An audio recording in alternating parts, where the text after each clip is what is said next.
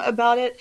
But yeah, it should be everywhere. It should be all over the news. And I thought the fact that that came out on like a Friday night was really, I was like, okay, are we trying to bury this? Because it feels like we're trying to bury it. Yeah. Like that's the reason you release a piece of information on a Friday night, is so that it will no longer be the top thing by Monday morning.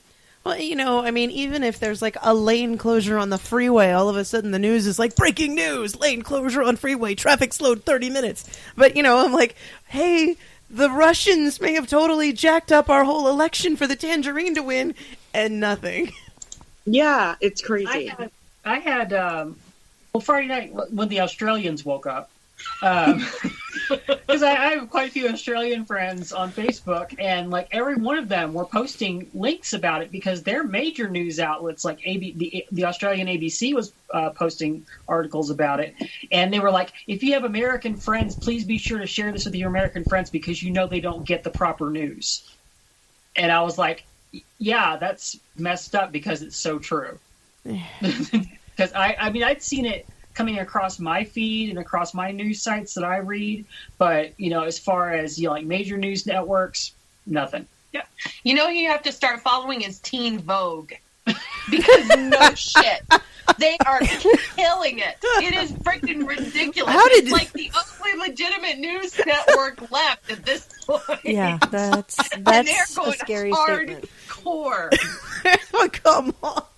But then again, we have to think about it, and these are our leaders that are coming up. I mean, we've got these teenage girls who are seeing all of this stuff going horribly awry, and they're the ones who are going to end up having to fix this mess. They're the ones who are going to be out here in 10, 15 years who are going to have to deal with all the stuff that this guy's throwing out. Yeah, it's absolutely crazy. Aaron, what are your thoughts on this? Oh my gosh. Well, the thing that I really want to know, what I've been reading about it, our government knew about this beforehand. They knew that the Russians were leaking DNC emails, but not the RNC emails. And, they had a meeting, they called for it, and basically Mitch McConnell was the one who convinced them not to release any information.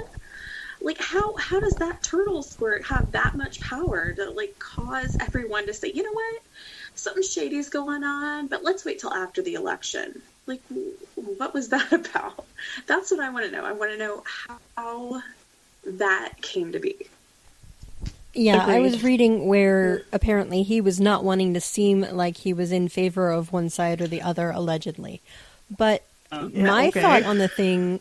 After 8 years of obstructionism. Yeah, no kidding. Right. Suddenly now, right? Folks, well, and the problem that I have with all of this is surely he didn't know it before the president knew it or before anybody else knew it.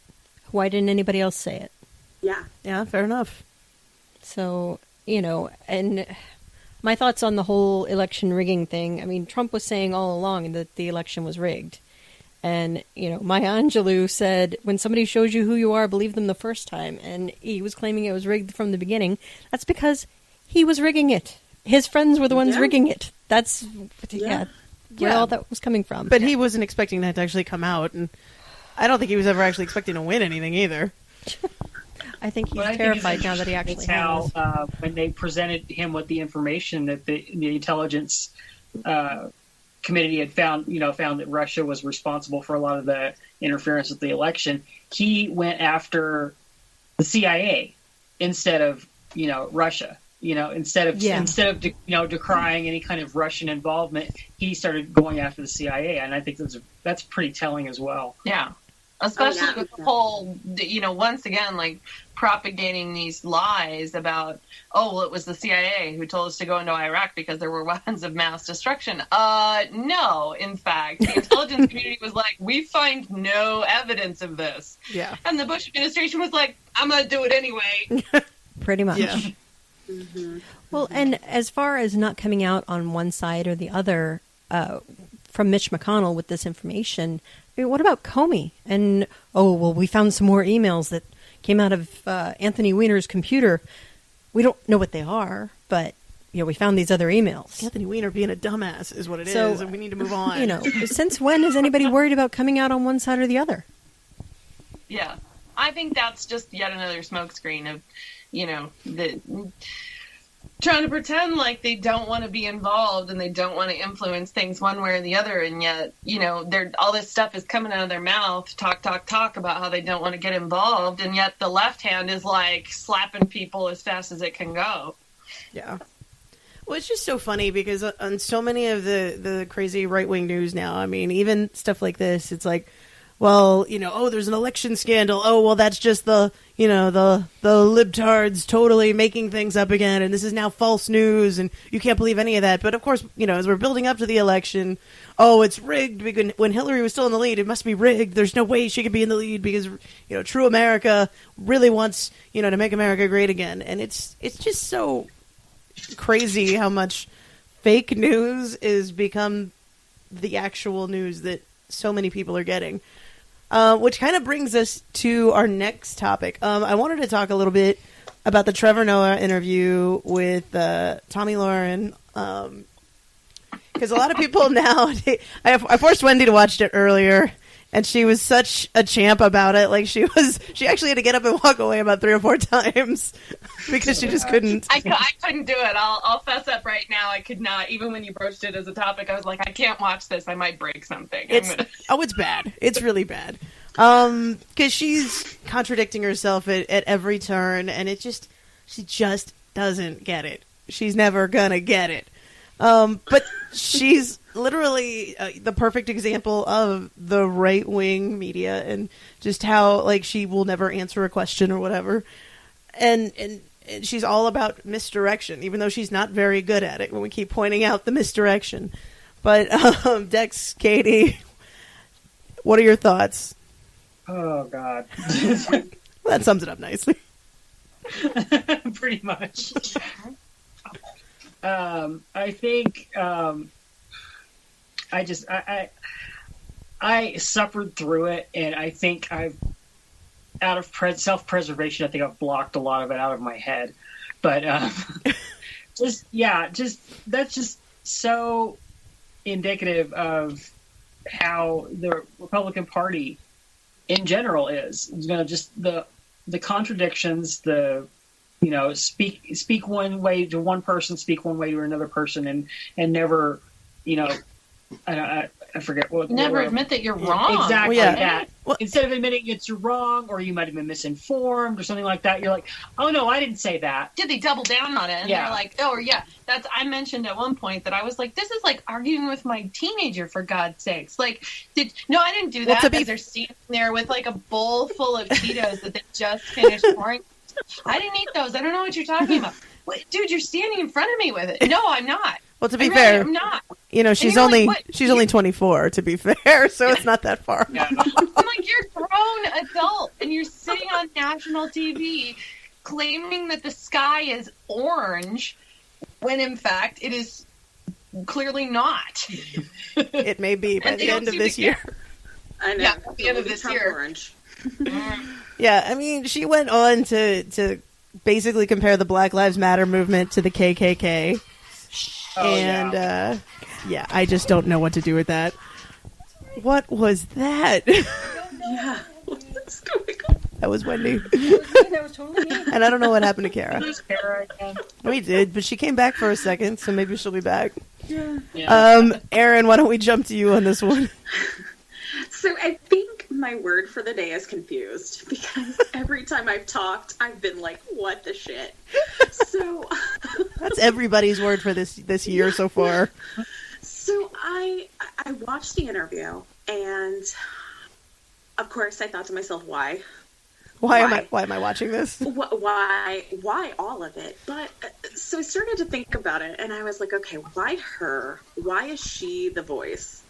I think basically you guys have hit on so many of the points, is that she completely just embodies this idea of, doubling down. She fits the mold of the alt-right, this like blonde white lady who is colorblind, and that was the best.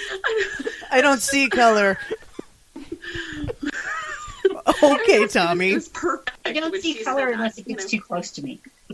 Yeah, and she's a millennial, but don't label her. Like, Yeah. I mean, it was perfect. She just fits that mold so perfectly. So it makes perfect sense to me why Trevor Noah interviewed her. But I mostly just felt bad for him. It was really rough, and it kind of is concerning. But I mean, everything about this year is concerning. But the fact that people listen to her and take her seriously, fuck.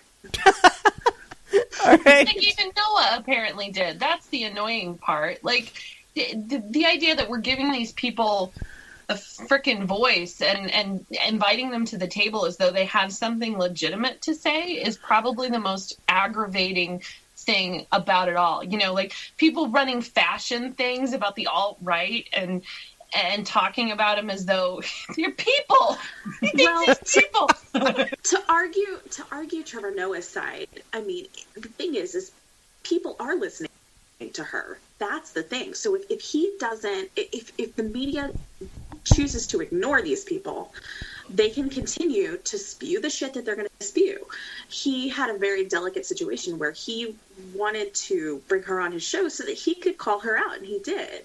But he has to do so in a way that's gonna not. Yeah, you can't come off. Just be completely. Yeah, you can't come off super attack. crazy. Yeah, on the attack. He carried himself very well through that whole interview because if I was him, I wanted to get like all tables, ladders, and chairs on her at several points during that thing. She was so frustrating because you're talking in circles. All right, Wendy, you just watched it earlier today. What are your thoughts on this?